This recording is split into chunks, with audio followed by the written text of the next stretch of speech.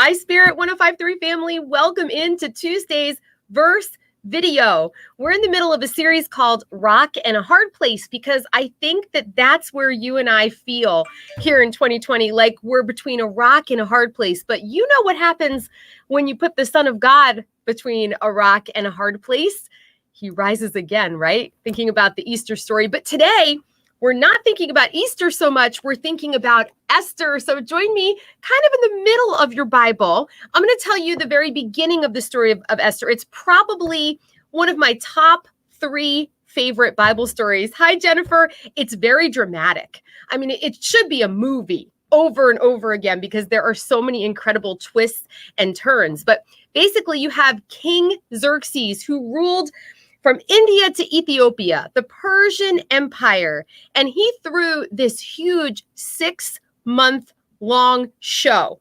He wanted everybody in the world to see how wealthy he was. Hi, Tony, welcome. And the last week of the big show, the party, he asked his queen, Queen Vashti, to come and present herself. What's up, Jennifer? In front of all of his guests. And the queen refused. And let's just say that the king was very angry. So join me in chapter 2. His closest confidants had a little idea for the king. Let's begin a search for beautiful young virgins for the king. Let the king appoint officials in every province of his kingdom. He had 127 provinces. Whoa. To bring every beautiful young virgin to the palace complex of Susa and to the harem run by Hegai, the king's eunuch, who oversees the women. He will put them through their beauty treatments. Then let the girl who best pleases the king be made queen in place of Vashti. The king liked this advice and took it.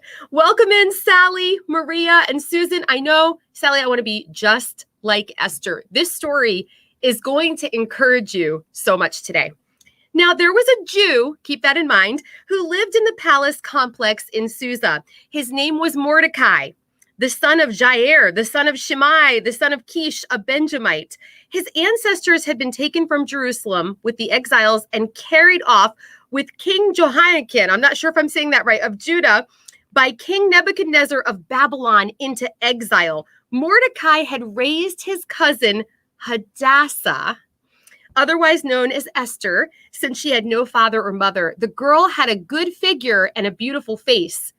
After her parents died, Mordecai had adopted her. So Esther, she was known as Hadassah in Hebrew, was adopted by her cousin Mordecai after her parents died. When the king's order had been publicly posted, many young girls were brought to the palace complex of Susa and given over to Hegai, who was overseer of the women. Esther was among them.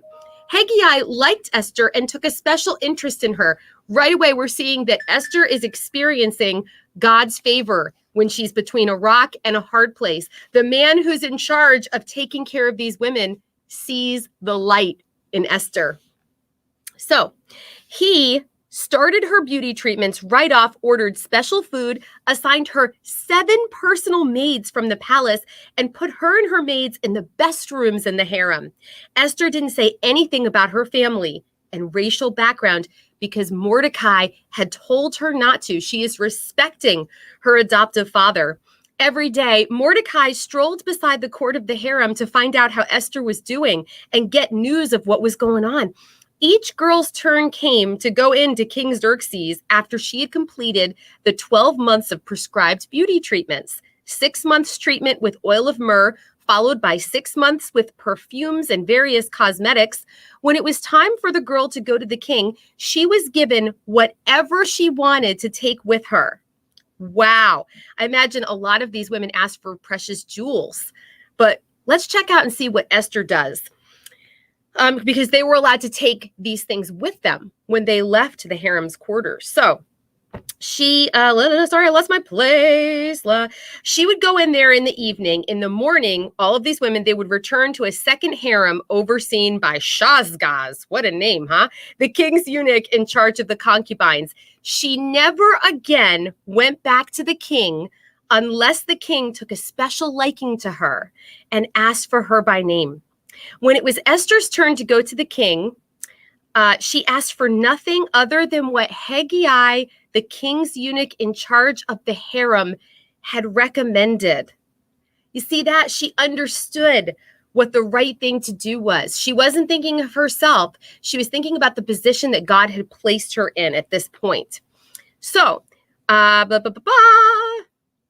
Esther, just as she was, won the admiration of everyone who saw her. She was taken to King Xerxes in the royal palace in the 10th month, the month of Tebeth, in the 7th year of the king's reign. The king fell in love with Esther far more than with any of his other women or any of the other virgins. He was totally smitten by her. He placed a royal crown on her head and made her queen in place of Vashti. Then the king gave a great banquet for all his nobles and officials, Esther's banquet. He proclaimed a holiday for all the provinces and handed out gifts with royal generosity. Well, I'm going to sum up a little bit of the story because this is a long one. So there were a couple of the king's guards who wanted to assassinate him. And since Mordecai, Esther's cousin and adopted father, was always by the gate watching, he overheard their plan. And he told Esther, and she told the king.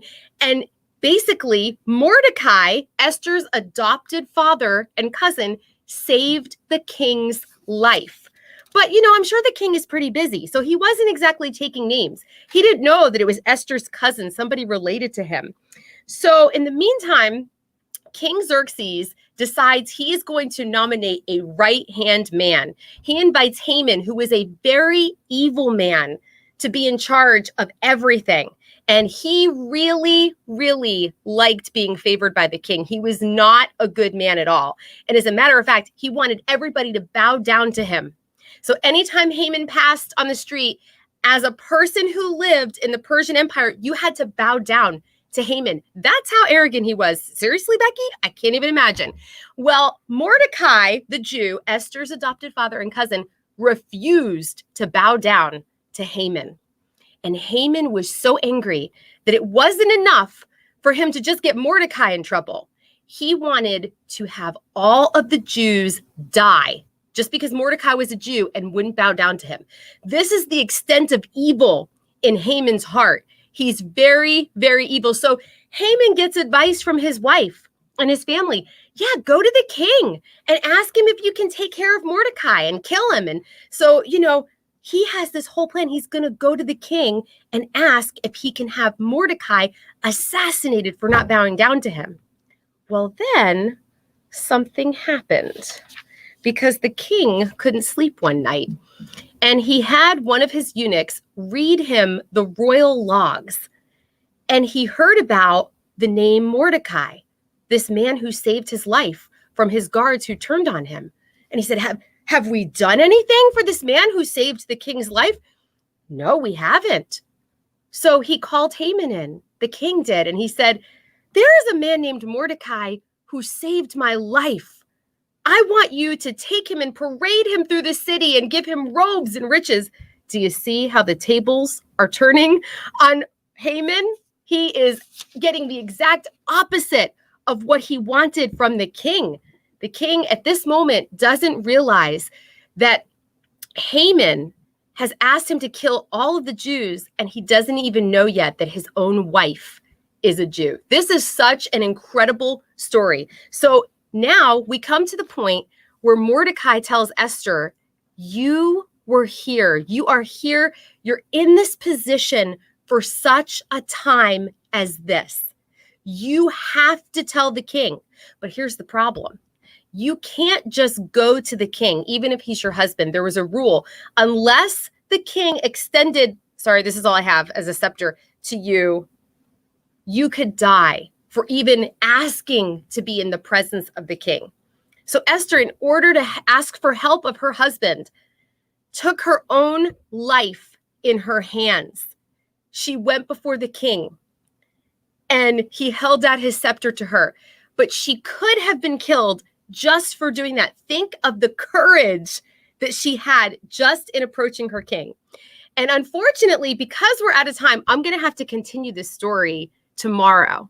Esther day 2 because it's so worthy and I want to dig into it and talk about it. But just remember for today, when you're between a rock and a hard place and you're called to do something, God will give you favor in the middle of that rock and hard place. Notice how Haggai noticed Esther. He took extra special care of her. I believe God gave her favor in the sight of the king's servants so that she would be taken care of. So a reminder to you and me today that God takes care of us. He takes note. He puts certain people around us to ensure that we are taken care of. So keep that in mind today. And I'm really excited to share the exciting conclusion of Esther tomorrow. If you can't wait, read it tonight. Read it aloud with your family. There are so much intrigue in this story, so much beauty, layer upon layer of God's plan unfolds, and it's beautiful.